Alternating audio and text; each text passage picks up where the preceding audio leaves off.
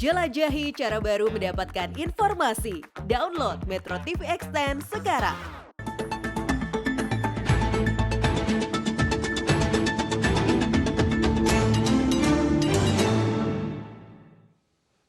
Selamat pagi pemirsa, inilah headline news pukul 5 waktu Indonesia Barat menanggapi tudingan adanya politik divide et impera di balik deklarasi dukungan Budiman Sujatmiko untuk Prabowo Subianto. Wakil Ketua Umum Gerindra Habibur Rahman mengatakan semangat pada pemilu ini adalah berlomba dalam kebaikan dan setiap partai dan individu memiliki kemerdekaan dalam menyampaikan dukungan ke capres manapun. Pertama kami memposisikan Pak Hasto dan PDIP sebagai sahabat. Kalau sahabat itu pasal pertama nggak pernah salah. Yang kedua, kalau sahabat dianggap salah kemungkinan karena salah paham. Ya. Pertama kami ingin menjelaskan ya menanggapi soal dikeroyok. Tentu tidak ada yang namanya semangat untuk mengkeroyok karena pemilu ini kan semangatnya fastabiqul khairat, berlomba-lomba dalam kebaikan ya. Bukan dari soal jumlah partai ya.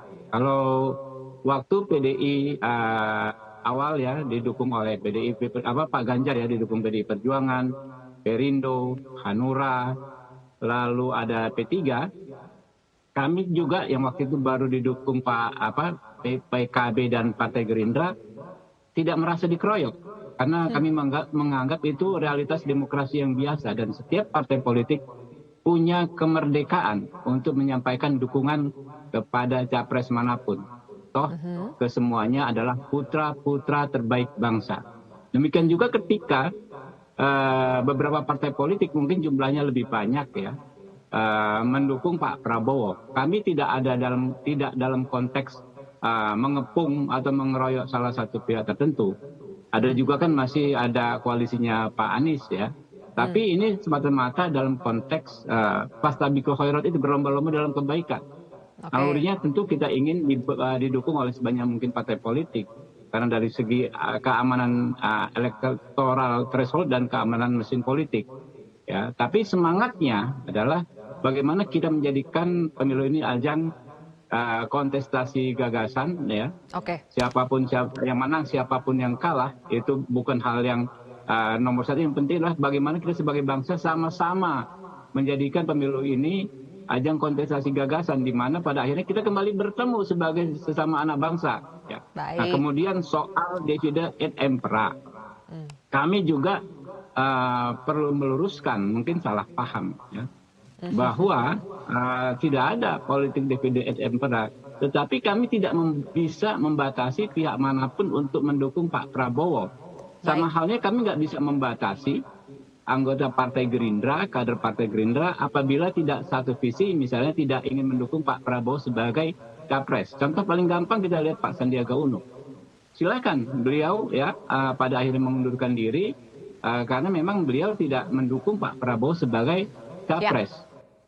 Sementara itu, pemirsa, Direktur Eksekutif Indikator Politik Indonesia Burhanuddin Muhtadi menilai perebutan suara partai yang tidak mempunyai kader sebagai capres menjadi krusial untuk Pilpres 2024. Bagi kubu Pak Prabowo bisa di-frame seperti ini nih.